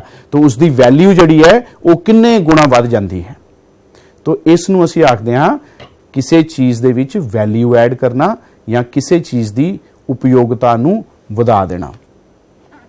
ਇੱਕ ਹੋਰ तो असी की देखा कि उद्यमी जो है वो की करता है, वो उत्पाद, समान, प्रोडक्ट बेचता है। किस तरीके नाल? प्रोडक्ट का उत्पादन करके, प्रोडक्शन करके या मैन्युफैक्चरिंग करके, उसकी ट्रेडिंग करके, यानी कि इधरों खरीद के उधर वेच के, या फिर उसकी उपयोगिता नूं वधा के। तो ये तीन तरीके ने प्रोडक्ट नूं वेचण दे, समान नूं वेचण दे या उत्पाद नूं वेचण दे। ते दूसरा तरीका है सर्विसेज नूं वेचण दा, यानी कि सेवावां नूं वेचण दा। तो ये असी देखिया अज 4 तरह के तरीके नाल असी उद्यमता जिहड़ी है वो कीती जा सकती है। हुण मैं दोस्तों तुहानूं एक ना छोटी जी वीडियो दिखावांगा। ये वीडियो शायद तुसी YouTube ते पहलां देखियां होणगियां, पर मैं चाहना कि तुसी इस वीडियो दे विच जो कहानी है, जो कहानी दसी जा रही है या जो तुहानू जो इंटरव्यू ली जा रही है, उन्होंने बड़े ध्यान नाल सुनना, उहदे विच की गल्लां कीतियां जा रही और की दसिया जा रहा है और वो चीज़ां कौन दस रहा तुहानू। ये कुछ इहो जिहे उद्यमी ने जिन्हां ने बहुत मुश्किल समय दे विच अपना काम शुरू किया, बड़ियां औकड़ां दा सामना किया, मुश्किलां दा सामना किया, ते फिर अपने जिहड़ा उद्यम सीगा, अपनी जिहड़ी एंटरप्राइज सीगी, अपना जिहड़ा बिजनेस सीगा, उन्होंने इन्ना ग्रो किया कि अज इन्हां दे जे तुसी चीज़ खरीदनी है तो उन्हां दी दुकान दे उत्ते लाइन लग जाती है। तो इन्हां नूं तुसी ध्यान नाल देखो, बड़े वखरे वखरे तरह के एग्जाम्पल ने, बड़े ध्यान नाल सुनना, जो शब्द बोले जा रहे हैं उन्हां नूं बड़े ध्यान नाल सुनो, की कह रहे हैं लोग, की अपनी स्टोरी दस रहे हैं। तो फ्रेंड ये आपको पूरा खाना मिलेगा जी 99 में। ये देखो जी, ये पूरा खाना आपको 99 रुपये मिलेगा। सत श्री अकाल जी, मेरा नाम परमजीत कौर है जी, मैं पैना दे ढाबे तो गल कर रही हाँ जी। काम मैं शुरू किया 2005 में शुरू काम किया आपां जी। तो जिहड़ा खाना सी असीं अपने हत्थां नाल अपने घर तो बना के एक छोटे जे टेबल के उत्ते कड़ी चावल तो शुरू किया सी, और सिर्फ जिहड़ा उहदा असीं रेट रखिया सी सिर्फ 10 रुपए। ते उस तो बाद असी स्टैप बाय स्टैप मेहनत करते गए, जिहड़ा साडा खाना सी सारे कस्टमर नूं अच्छा लगन लग गया। तो हौली हौली असीं काम नूं असीं वधा के इहनूं असीं एक अलग जी चीज़ सोचा, अलग जी लैके आईए। सो इस करके असीं इहनूं बफे शुरू किया जी। हुण असीं जिहड़ा असीं रेट सिर्फ 99 रखिया और इहदे विच असीं 18 घट्टो घट्ट 18 आइटम्स असीं कस्टमर नूं दे रहे हैं। और जिहड़ा खाना कस्टमर खा के जांदा एक बारी टेस्ट जरूर करके जाता जी साडे खाने दी। पैना दा ढाबा नाम असीं इस करके इहदा असीं रखिया जी, क्योंकि जिहड़ी असीं खाना असीं शुरू किया सी, असीं दोनों भैणां भी हां और दरानी जठानी भी हां, असीं दोनों मिलके असीं शुरू किया सी दोनों ने। तो उस तो बाद जो साडा काम वधिया ते असीं पूरी फैमिली नूं असीं मिलके हुण चला रहे हां। जिन्हें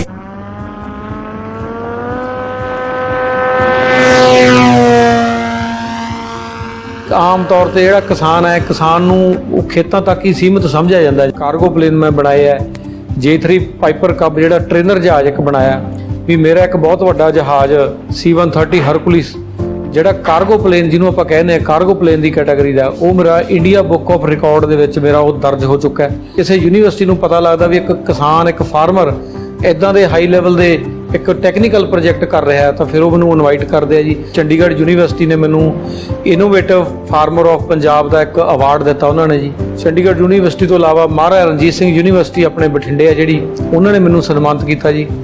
आदेश जिहड़ा हैगा ग्रुप, इन्हां दे जिहड़े इंजीनियरिंग कॉलेज है, इन्हां ने सन्मानित किया जी मैनूं। और उस तो बाद आर्मी के कुछ मैनूं ऑफिसर्स ने सन्मानित किया मैनूं, क्योंकि उन्होंने कोई प्रोजेक्ट सीगे बड़े वधिया मैं सिरे चढ़ा के दिते है जी। और मेरे को इंटरस्टड जिहड़े माँ जिन्हां दे बच्चों ने गां इंजीनियरिंग करनी है, कोई टैक्नीकल नॉलेज लेनी है, वो राय लैण वास्ते भी आउंदे आ। मैं असल दे जहाज़ां नूं मैं कापी करके उसदे मैं थर्मोकोल दे जहाज़ तैयार कर रहे हैं। उहदे च स्कूलों के प्रोजेक्ट मेरे को आउंदे है, यूनीवर्सिटियां दे मेरे को प्रोजेक्ट आ रहे हैं, और मेरे को कुछ डिफेंस फोर्स के प्रोजेक्ट आ रहे हैं। तो मैं जो अपने एरिए दे विच जिहड़े मेरे नेड़े नेड़े कोई 30-40 किलोमीटर की रेंज स्कूल हैगे है, मैं उन्होंने नाल टाई अप किया जाके, और उत्थे बच्चों नूं इहदी बेसिक फ्लाइंग थ्योरी और इहदी एरो मॉडलिंग की स्टडी, की इलैक्ट्रॉनिक ਇਹਦੇ ਕਿਸ ਤਰ੍ਹਾਂ ਚੱਲ ਰਿਹਾ ਉਹ ਹੁਣ ਮੈਂ ਕਲਾਸਾਂ ਸ਼ੁਰੂ ਕੀਤੀਆਂ। ਕਿ ਵੀ ਅਸੀਂ ਮਾਡਲ ਖੁਦ ਅਸੈਂਬਲ ਕਰ ਲੈਂਦੇ ਹਾਂ ਜੀ, ਫਲਾਈਂਗ ਖੁਦ ਆਪ ਕਰਦੇ ਹਾਂ। ਦੋ ਮੇਰਾ ਜੋ ਸਟੱਡੀ ਦਾ ਫੀਲਡ ਆ ਡਿਫਰੈਂਟ ਆ, ਮੈਡੀਕਲ ਆ, ਉਹ ਮੇਰੇ ਮਾਤਾ ਜੀ ਦਾ ਸੁਪਨਾ ਸੀਗਾ ਮੈਨੂੰ ਇੱਕ ਡਾਕਟਰ ਬਣਾਉਣਾ। ਬਟ ਹਾਂ ਮੇਰੀ ਇਸ ਰੁਚੀ, ਇਹ ਜਿਹੜੀ ਰੁਚੀ ਆ ਇਹ ਹੌਬੀ 'ਚ ਪੂਰੀ ਬਰਕਰਾਰ ਹੈ ਅੱਜ ਵੀ। ਤਾਂ ਮੈਂ ਅਜੇ ਵੀ ਕੋਸ਼ਿਸ਼ ਕਰਦਾ, ਜਦੋਂ ਵੀ ਘਰੇ ਆਉਣਾ ਹੋਸਟਲ 'ਚੋਂ ਜੀ, ਤਾਂ ਪੂਰੀ ਮੇਰੀ ਕੋਸ਼ਿਸ਼ ਰਹਿੰਦੀ ਹੈ ਮੈਂ ਫਲਾਈਂਗ ਕਰਾਂ, ਮਾਡਲ ਬਣਾਵਾਂ। ਤਾਂ ਓਬਵੀਅਸਲੀ ਮੇਰਾ ਫੀਲਡ ਵੈਸੇ ਨਾਲ ਰਿਲੇਟਡ ਨਹੀਂ, ਬਟ ਮੈਨੂੰ ਆਪਦੇ ਫੀਲਡ 'ਚ ਵੀ ਇਹਦੇ ਨਾਲ ਕਾਫੀ ਸਹਾਇਤਾ ਮਿਲਦੀ ਹੈ ਜੀ, ਕਿਉਂਕਿ ਮੈਂ ਛੋਟੇ ਹੁੰਦੇ ਟੂਲਸ ਨਾਲ ਕੰਮ ਕਰਦਾ ਆ ਰਿਹਾ। ਟੈਕਨੀਕਲ ਮਾਈਂਡ ਹੋਣ ਦੇ ਨਾਲ ਉਹ ਥਿੰਕਿੰਗ ਸਕਿੱਲਸ ਉੱਦਾਂ ਦੀਆਂ ਬਣੀਆਂ ਹੋਈਆਂ। ਤਾਂ ਡੈਂਟਿਸਟਰੀ 'ਚ ਵੀ ਜਿੰਨੇ ਅਸੀਂ ਟੂਲ ਵਰਤ ਰਹੇ ਹਾਂ ਅੱਜ BDS ਦੇ ਵਿੱਚ, ਤਾਂ ਉਹਨਾਂ ਨੂੰ ਆਪਰੇਟ ਕਰਨ 'ਚ ਮੈਨੂੰ ਸਹਾਇਤਾ ਬੜੀ, ਇਹ ਚੀਜ਼ ਦੀ ਮੈਨੂੰ ਲੱਗਦਾ ਗਾਈਡੈਂਸ ਚੰਗੀ ਰਹੀ ਹੈ ਮੇਰੀ ਲਾਈਫ 'ਚ। ਤਾਂ ਇਹਨੂੰ ਜੋ ਇਹ ਹੌਬੀ ਹੈ, ਜੋ ਇਹ ਬਿਜ਼ਨਸ ਆ ਸਾਡਾ ਫੈਮਿਲੀ ਬਿਜ਼ਨਸ, ਇਹਨੂੰ ਕੰਟੀਨਿਊ ਕਰਨ ਵਾਸਤੇ ਹੀ ਮੈਂ ਇੱਥੇ ਪਿੰਡ 'ਚ ਰਹਿਣ ਦਾ ਡਿਸੀਜਨ ਆਪਦਾ ਚੂਜ਼ ਕੀਤਾ ਸੀਗਾ। ਤਾਂ ਹੀ ਮੈਂ BDS ਕਰ ਰਹੀ ਜੀ, ਇੱਥੇ ਕਲੀਨਿਕ ਸੈਟਅਪ ਕਰਨ ਦਾ ਅੱਗੇ ਮੇਰਾ ਪਲਾਨ ਹੈ। ਤਾਂ ਸਟੱਡੀ ਦਾ ਲੈਵਲ ਓਬਵੀਅਸਲੀ ਆਪਣੇ ਮੁਲਕ ਨਾਲੋਂ ਕਾਫੀ ਐਡਵਾਂਸ ਹੈ, ਤਾਂ ਸਟੱਡੀ ਕਰਨ ਲਈ ਬਾਹਰ ਜਾਣਾ ਗੁੱਡ ਹੈ। ਬਟ ਇਹ ਇੱਕ ਸਾਈਡ ਬਾਈ ਸਾਈਡ ਗੱਲ ਹੈ ਜੀ, ਜੇ ਸਾਰਾ ਯੂਥ ਆਪਣਾ ਪੰਜਾਬ ਛੱਡ ਕੇ ਬਾਹਰ ਸਟੱਡੀ ਦੇ ਬਹਾਨੇ ਲਾ ਕੇ ਉੱਥੇ ਸੈਟਲ ਨਹੀਂ ਹੋਊਗਾ ਤਾਂ ਪੰਜਾਬ ਦਾ ਫਿਊਚਰ ਅੱਗੇ ਕੁਛ ਦਿਖ ਰਿਹਾ ਜੀ। ਫਿਰ ਤਾਂ ਮੇਰਾ ਇਹ ਮੰਨਣਾ ਵੀ ਜ਼ਿਆਦਾ ਤੋਂ ਜ਼ਿਆਦਾ ਜਿੰਨੇ ਕਰ ਸਕਦੇ ਆ, ਜੋ ਇੱਥੇ ਆਪਦਾ ਫਿਊਚਰ ਬਣਾ ਸਕਦੇ ਆ ਸਟੂਡੈਂਟ, ਸਟੱਡੀ ਬਾਹਰੋਂ ਕਰੋ, ਸ਼ੌਂਕ ਨਾ ਕਰੋ, ਨੋ ਇਸ਼ੂਜ਼, ਬਾਹਰੋਂ ਮੁਲਕ ਘੁੰਮੋ ਸਾਰੀ ਦੁਨੀਆ ਹੀ, ਬਟ ਕੁਛ ਨਾ ਕੁਛ ਆਪਦੀ ਧਰਤੀ ਨੂੰ, ਆਪਦੇ ਮੁਲਕ ਨੂੰ ਵੀ ਕੰਟਰੀਬਿਊਟ ਜ਼ਰੂਰ ਕਰਨ ਵਾਪਸ ਆ ਕੇ। ਮੇਰਾ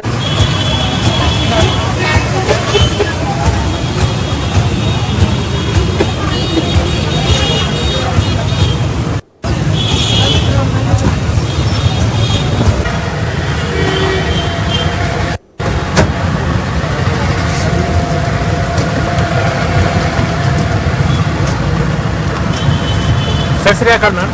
ਸਤਿ ਸ਼੍ਰੀ ਅਕਾਲ ਜੀ। ਰਿਸ਼ਤੇਦਾਰਾਂ ਨੇ ਤਾਂ ਨਹੀਂ, ਬਟ ਹਾਂ ਇਦਾਂ ਹੁੰਦਾ ਹੈ ਕਿ ਲੋਕੀ ਕਾਫੀ, ਕਿਉਂਕਿ ਮੇਲ ਫੀਮੇਲ ਹਰ ਤਰੀਕੇ ਦੇ ਬੰਦੇ ਆਉਂਦੇ ਨੇ ਤੇ ਲੋਕੀ ਕਮੈਂਟਸ ਤਾਂ ਕਰਦੇ ਹੀ ਨੇ ਕਿ ਚੂੜਾ ਪਾਇਆ ਹੋਇਆ, ਨਵੀਂ ਵਿਆਹੀ ਹੈ ਤੇ ਕਿਉਂਕਿ ਸਾਡਾ ਕੰਮ ਹੈ ਲੇਟ ਨਾਈਟ ਤੱਕ ਦਾ, ਤੇ ਕਾਫੀ ਲੋਕ ਬੋਲ ਦਿੰਦੇ ਨੇ ਕਿ ਰਾਤ ਤੱਕ ਮਤਲਬ ਵੋਟੀ ਨੂੰ ਲੈ ਕੇ, ਇਵਨ ਕਿ ਜਿਹੜੇ ਪੁਲਿਸ ਵਾਲੇ ਆਉਂਦੇ ਨੇ ਉਹਨਾਂ ਨੇ ਤੱਕ ਮੈਨੂੰ ਇਦਾਂ ਬੋਲਤਾ ਕਿ ਤੂੰ ਵਿਆਹ ਕਰਾ ਕੇ ਖੱਟਿਆ ਕਿ ਤੂੰ ਰਾਤ ਤੱਕ ਕੰਮ ਕਰਦੀ ਹੈ ਸਟਾਲ ਤੇ ਖੜੀ ਹੋ ਕੇ। ਤਾਂ ਥੋੜਾ ਜਿਹਾ ਉਸ ਟਾਈਮ ਸ਼ੁਰੂ ਚ ਫੀਲ ਹੁੰਦਾ ਸੀ, ਬਟ ਹੁਣ ਮੈਨੂੰ ਪਤਾ ਕਿ ਮੈਂ ਖੜੀ ਹੋ ਕੇ ਇੱਥੇ ਮਿਹਨਤ ਕਰ ਰਹੀ ਹਾਂ। ਸੋ ਮੈਨੂੰ ਹੁਣ ਉਸ ਚੀਜ਼ ਨੂੰ ਮੈਂ ਕਦੇ ਮਾਈਂਡ ਤੇ ਵੀ ਨਹੀਂ ਲੈ ਕੇ ਆਂਦੀ ਕਿ ਲੋਕੀ ਜੋ ਬੋਲਦੇ ਨੇ ਉਹਨਾਂ ਦਾ ਕੰਮ ਹੈ, ਬਟ ਆਪਾਂ ਆਪਣਾ ਕੰਮ ਕਰੀ ਜਾਣਾ ਹੈ। ਅੱਛਾ, ਮੈਂ ਤਾਂ ਸੁਣਿਆ ਮੈਨੇਜਰ ਦੀ ਜਿਹੜੀ ਪੋਸਟ ਸੀ ਉਸ ਨੂੰ ਲੱਤ ਮਾਰ ਕੇ ਵਧੀਆ ਹੱਥ ਦੇ ਵਿੱਚ ਪੈਸੇ ਆਉਂਦੇ ਸੀ, ਉਹ ਛੱਡ ਕੇ ਤੁਸੀਂ ਸਟਰੀਟ ਫੂਡ ਕਰਨਾ ਚੂਜ਼ ਕੀਤਾ। ਹਾਂਜੀ ਹਾਂਜੀ, ਬਿਲਕੁਲ ਸਹੀ। ਕਿੱਥੇ ਕੰਮ ਕਰਦੇ ਸੀ? ਮੈਂ ਜੈਪੁਰ ਦੇ ਵਿੱਚ IT ਕੰਪਨੀ ਦੇ ਵਿੱਚ ਕੰਮ ਕਰਦੀ ਸੀਗੀ ਐਜ਼ ਮੇਰਾ ਲੈਵਲ, ਕਿਉਂਕਿ ਮੈਂ ਜੁਆਇਨ ਐਜ਼ ਐਨ ਏਜੰਟ ਕੀਤਾ ਸੀਗਾ, ਬਟ ਹੁਣ ਜਦੋਂ ਮੈਂ ਰੀਸੈਂਟਲੀ ਜੋ ਮੈਂ ਰਿਜ਼ਾਈਨ ਕਰਕੇ ਆਈ ਹਾਂ, ਉਹ as an assistant manager the post ਤੋਂ ਰਿਜ਼ਾਈਨ ਕਰਕੇ ਆਈ ਹਾਂ। ਸੋ ਇੱਥੇ ਆ ਕੇ ਵੀ ਪਹਿਲਾਂ ਮੇਰਾ ਇੱਥੇ ਆਉਣ ਦਾ ਮੇਰਾ ਕੋਈ ਵਿਚਾਰ ਨਹੀਂ ਸੀਗਾ, ਮੇਰਾ ਮਨ ਇਹੀ ਸੀਗਾ ਕਿ ਮੈਂ ਜੌਬ ਹੀ ਕਰਨੀ, ਕੰਟੀਨਿਊ ਕਰਨੀ, ਕਿਉਂਕਿ ਮੈਂ ਘਰ ਬੈਠਣ ਵਾਲੀ ਕੁੜੀ ਨਹੀਂ ਹੈਗੀ, ਕਿਉਂਕਿ ਮੈਂ ਸ਼ੁਰੂ ਤੋਂ ਸਕੂਲ ਕਾਲਜ ਜੌਬ ਮੈਂ ਘਰ ਕਦੇ ਬੈਠੀ ਨਹੀਂ, ਤਾਂ ਮੈਨੂੰ ਇਹ ਸੀਗਾ ਕਿ ਮੈਂ ਇੱਥੇ ਆ ਕੇ ਵੀ ਜੌਬ ਹੀ ਕਰਾਂਗੀ। ਬਟ ਅਨਫੋਰਚੂਨੇਟਲੀ ਐਜ਼ ਵੀ ਆਲ ਨੋ ਜਲੰਧਰ 'ਚ IT ਕੰਪਨੀਜ਼ ਨਹੀਂ ਹੈਗੀਆਂ। ਸੋ ਇੱਕ ਸ਼ਹਿਰ ਤੋਂ ਦੂਜੇ ਸ਼ਹਿਰ ਮੂਵ ਕਰਨਾ ਇਜ਼ ਅ ਬਿਗ ਡਿਸੀਜਨ, ਤਾਂ ਉਸ ਤੋਂ ਬੈਟਰ ਆਪਾਂ ਸੋਚਿਆ ਕਿ ਇਸੇ ਬਿਜ਼ਨਸ ਨੂੰ ਅੱਗੇ ਵਧਾਈਏ। ਸੋ ਇੱਕ ਸ਼ਹਿਰ ਤੋਂ ਦੂਜੇ ਸ਼ਹਿਰ ਕੀ ਹੋ ਸਕਦਾ ਹੈ, ਆਪਣਾ ਬਿਜ਼ਨਸ ਸਾਰੇ ਸ਼ਹਿਰਾਂ 'ਚ ਫੈਲ ਜਾਏ। ਸੋ ਬਸ ਇਸੇ ਕਰਕੇ ਮੈਂ ਇੱਥੇ ਨਾਲ ਜਦ ਤੁਸੀਂ ਛੱਡਿਆ, ਪੋਸਟ ਛੱਡੀ, ਕਿਉਂਕਿ ਜਿਹੜੇ ਤੁਹਾਡੇ ਨਾਲ ਦੇ ਯਾਰ ਦੋਸਤ ਹੁੰਦੇ ਨੇ ਨਾ, ਉਹ ਬਹੁਤ ਪੰਪ ਕਰਦੇ ਨੇ, ਚੰਗੇ ਦੇ ਵਿੱਚ ਵੀ ਤੇ ਮਾੜੇ ਦੇ ਵਿੱਚ ਵੀ, ਦੋਨਾਂ ਦੇ ਵਿੱਚ। ਕਹਾਂ ਚੰਗੇ ਦੇ ਵਿੱਚ ਕਿੰਨੇ ਕੁ ਨੇ ਪੰਪ ਕੀਤਾ, ਕਿਉਂਕਿ ਜਦ ਤੁਸੀਂ ਪੋਸਟ ਛੱਡੀ, ਅਸਿਸਟੈਂਟ ਮੈਨੇਜਰ ਦੀ ਪੋਸਟ ਛੱਡਣਾ ਪਹਿਲੀ ਗੱਲ ਕੋਈ ਸੌਖੀ ਗੱਲ ਨਹੀਂ। ਇੱਕ ਵਧੀਆ ਪੋਸਟ, ਇੱਕ ਵਧੀਆ ਹੱਥ ਦੇ ਵਿੱਚ ਸੈਲਰੀ ਪੈਕੇਜ ਹੋਵੇ, ਤੇ ਉਸ ਦੇ ਬਾਅਦ ਸਟਰੀਟ ਫੂਡ ਲਾਉਣਾ ਸਿੱਧਾ, ਜਾਂ ਤਾਂ ਹੋਵੇ ਉਹਦੇ ਬਰਾਬਰ ਦੀ ਕੋਈ ਗੱਲ ਹੋਵੇ ਤਾਂ ਗੱਲ ਹੋਰ ਹੈ। ਫਿਰ ਕੋਈ ਯਾਰ ਦੋਸਤ ਐਸਾ ਸੀਗਾ ਕਿਸੇ ਨੇ ਕਿਹਾ ਹੋਵੇ ਯਾਰ ਗੁਰਪ੍ਰੀਤ ਕੀ ਹੋ ਗਿਆ, ਐਡੀ ਚੰਗੀ ਜੌਬ ਕਰ ਰਹੀ ਸੀ, ਹੁਣ ਤੂੰ ਸਟਰੀਟ ਫੂਡ ਵੇਚੇਂਗੀ, ਤੂੰ ਆਹ ਕਰੇਂਗੀ, ਕਿਸੇ ਨੇ ਕਿਹਾ ਤੁਹਾਨੂੰ? ਨਹੀਂ, ਐਕਚੁਅਲੀ ਇਦਾਂ ਮੂੰਹ ਤੇ ਤਾਂ ਤੁਹਾਨੂੰ ਪਤਾ ਕਿ ਕੋਈ ਨਹੀਂ ਕਹਿੰਦਾ।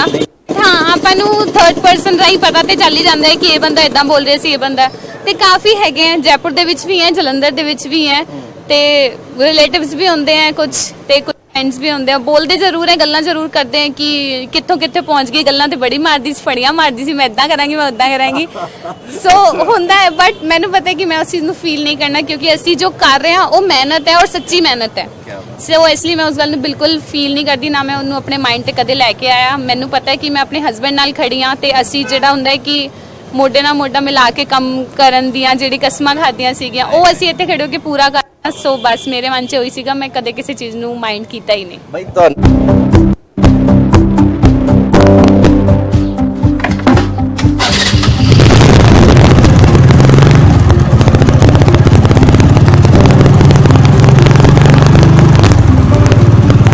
ਮੈਨੂੰ ਕਹਿੰਦੇ ਵੀ ਤੂੰ ਮਕੈਨੀਕਲ ਇੰਜੀਨੀਅਰਿੰਗ ਕਰਕੇ ਵੀ ਤੂੰ ਢੋਲ ਚੱਕ ਲੈ, ਮੈਂ ਫਿਰ ਉਹਨਾਂ ਨੂੰ ਮੈਂ ਵੀ ਜਵਾਬ ਦਿੰਦਾ ਵੀ ਮੈਂ ਤਾਂ ਹੁਣ ਢੋਲ ਟੰਗੇ ਜੇ ਨਾ ਢੋਲ ਟੰਗੇ ਕੱਲ ਨੂੰ ਇਹ ਨਹੀਂ ਪਤਾ ਟਿਫਨ ਟੰਗਣਾ ਪੈ ਜੀ ਮੈਨੂੰ ਸਾਈਕਲ ਤੇ ਦਿਹਾੜੀ ਕਰਨੀ ਪੈ ਜੀ। ਉਹੀ ਸਾਰੇ ਸੁੱਖ ਸਹੂਲਤਾਂ ਮੇਰੇ ਘਰੇ ਨੇ ਜਿਹੜੀਆਂ ਇੱਕ ਜੌਬ ਵਾਲੇ ਦੇ ਘਰੇ ਨੇ, ਫਿਰ ਮੈਨੂੰ ਕਿਉਂ ਸੰਗ ਮੰਨਣੀ ਚਾਹੀਦੀ ਹੈ ਢੋਲ ਚੱਕਣ?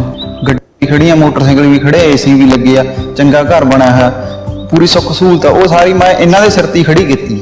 ਇੱਕ ਹੀ ਆਪਣਾ ਕਿਸਾਨ ਭਰਾ ਥੋੜੀ ਸੰਗ ਮੰਨਦੇ ਆ ਇਹ ਕਿੱਤੇ ਤੋਂ ਕੰਨੀ ਕਤਰਾਉਂਦੇ ਆ।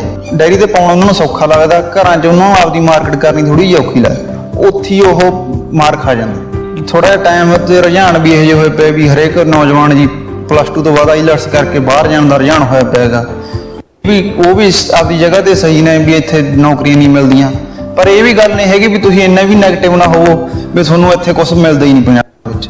ਪੰਜਾਬ ਦੇ ਵਿੱਚ ਜੇ ਤੁਸੀਂ ਚਾਹੋ ਸੱਚੇ ਦਿਲ ਨਾਲ ਮਿਹਨਤ ਕਰੋ ਤਾਂ ਇੱਥੇ ਵੀ ਕੈਨੇਡਾ ਅਮਰੀਕਾ ਵਰਗੀਆਂ ਨੂੰ ਤੁਸੀਂ ਲੈ ਸਕਦੇ। ਇੱਥੇ ਬਾਹਰ ਜਾ ਕੇ ਵੀ ਆਪਾਂ ਡਬਲ ਸ਼ਿਫਟ ਲਾ ਕੇ ਕਰੀਏ, ਜੇ ਉਨੇ ਟਾਈਮ ਆਪਾਂ ਇੱਥੇ ਦੇ ਦਾਂਗੇ ਆਪਣੇ ਕੰਮ ਨੂੰ ਤਾਂ ਆਪਣਾ ਪੰਜਾਬ ਵੀ ਅਮਰੀਕਾ ਤੇ ਕੈਨੇਡਾ ਨਾਲੋਂ ਘੱਟ ਨਹੀਂ। कोई काम बड़ा नहीं, कोई काम छोटा नहीं। अगर इंसान ठान ले तो क्या नहीं कर सकता। इसी की मिसाल है मोहाली का मनजिंदर सिंह। महज 22 साल की उम्र में सूटेड बूटेड होकर रेहड़ी पर देसी घी की टिक्की बेचता, कंधा बनकर साथ देता भाई, वो भी सूट में। लेकिन मनजिंदर में क्या नहीं है, जोश, कॉन्सेप्ट, लाइन में ऑन हैंड एक्सपीरियंस। मनजिंदर ने पहले होटल मैनेजमेंट किया, फिर डोमिनोज जैसे इंटरनेशनल आउटलेट्स में जॉब किया। इसके बाद घर वालों को बिना बताए दोनों भाइयों ने अपनी सेविंग समेत किसी तरह 2.5 लाख रुपए जुटाए और आई लव पंजाब नाम से एक रेहड़ी में टिक्की बेचना शुरू कर दिया।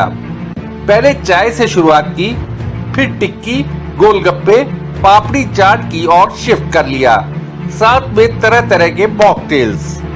इन भाइयों को तांबे के तवे पर देसी घी में टिक्की तलते देखिए, तेजी से चलते क्या, लेकिन मजाल है कोई दाग कपड़ों पर आने दे। इनकी मेहनत और यूनिक स्टाइल ऊपर से गजब के स्वाद की वजह से इनके यहाँ कस्टमर्स की लाइन लगनी शुरू हो गई। ਤੇ ਬੱਚਿਓ ਦੇਖਿਆ ਤੁਸੀਂ ਵੀਡੀਓ, ਤੁਸੀਂ ਦੇਖਿਆ ਇਸ ਵੀਡੀਓ ਦੇ ਵਿੱਚ ਕਿਸ ਤਰ੍ਹਾਂ ਨਾਲ ਬਹੁਤ ਸਾਰੇ ਲੋਕਾਂ ਨੇ ਆਪਣੇ ਉਦਮ ਨੂੰ ਸ਼ੁਰੂ ਕਰਕੇ ਇੱਕ ਮੰਜ਼ਿਲ ਦੇ ਉੱਤੇ ਪਹੁੰਚੇ। ਤੇ ਤੁਹਾਡਾ ਅਸਾਈਨਮੈਂਟ ਜਿਹੜਾ ਹੈ ਉਹ ਇਹ ਹੈ ਕਿ ਹੁਣ ਤੁਸੀਂ ਵੀ ਆਪਣੇ ਗਲੀ ਮੁਹੱਲੇ ਦੇ ਵਿੱਚ, ਆਪਣੇ ਸ਼ਹਿਰ ਦੇ ਵਿੱਚ, ਆਪਣੇ ਪਿੰਡ ਦੇ ਵਿੱਚ ਇਸ ਤਰ੍ਹਾਂ ਦੇ ਲੋਕਾਂ ਦੀ ਭਾਲ ਕਰਨੀ ਹੈ, ਖੋਜ ਕਰਨੀ ਹੈ, ਦੇਖਣਾ ਹੈ ਜਿਨ੍ਹਾਂ ਨੇ ਮੁਸ਼ਕਲਾਂ ਦੇ ਵਿੱਚ ਆਪਣੇ ਬਿਜ਼ਨਸ ਨੂੰ ਸ਼ੁਰੂ ਕੀਤਾ ਔਰ ਉਸ ਦੇ ਇੱਕ ਛੋਟੀ ਜੀ ਇਸੇ ਤਰ੍ਹਾਂ ਦੀ ਵੀਡੀਓ ਬਣਾ ਕੇ ਆਪਣੇ ਸਕੂਲ ਦੇ ਫੇਸਬੁੱਕ ਪੇਜ ਦੇ ਉੱਤੇ ਪੋਸਟ ਕਰਨੀ ਹੈ। ਵੀਡੀਓ ਤੁਹਾਡੀ ਯੂਨੀਫਾਰਮ ਵਿੱਚ ਹੋਣੀ ਚਾਹੀਦੀ ਹੈ, ਉਹਨਾਂ ਨਾਲ ਤੁਸੀਂ ਇੰਟਰਵਿਊ ਕਰਨਾ ਹੈ, ਸਵਾਲ ਜਵਾਬ ਕਰਨੇ ਨੇ ਤੇ ਨਾਲੇ ਤੁਸੀਂ ਆਪ ਉਸ ਵੀਡੀਓ ਦੇ ਵਿੱਚ ਹੋਣੇ ਚਾਹੀਦੇ ਹੋ। ਜਿਹੜੀ ਵੀਡੀਓ ਸਾਨੂੰ ਸਾਰਿਆਂ ਤੋਂ ਵਧੀਆ ਲੱਗੇਗੀ ਉਸ ਨੂੰ ਫਿਰ ਅਸੀਂ ਅੱਗੇ ਪੋਸਟ ਕਰਾਂਗੇ ਤੇ ਅਗਲੇ ਸੈਸ਼ਨਸ ਦੇ ਵਿੱਚ ਵੀ ਅਸੀਂ ਉਹਨਾਂ ਵੀਡੀਓਜ਼ ਨੂੰ ਇਸੇ ਤਰ੍ਹਾਂ ਨਾਲ ਐਡ ਕਰਾਂਗੇ। ਤੇ ਅੱਜ ਦਾ ਸੈਸ਼ਨ ਇੱਥੇ ਖਤਮ ਹੁੰਦਾ ਹੈ। ਤੁਹਾਡਾ ਸਾਰਿਆਂ ਦਾ ਬਹੁਤ ਬਹੁਤ ਧੰਨਵਾਦ। ਉਮੀਦ ਹੈ ਤੁਹਾਨੂੰ ਸੈਸ਼ਨ ਪਸੰਦ ਆਇਆ ਹੋਵੇਗਾ। ਫਿਰ ਦੁਬਾਰਾ ਮਿਲਾਂਗੇ ਅਗਲੇ ਸੈਸ਼ਨ ਦੇ ਵਿੱਚ। ਸਤਿ ਸ਼੍ਰੀ ਅਕਾਲ।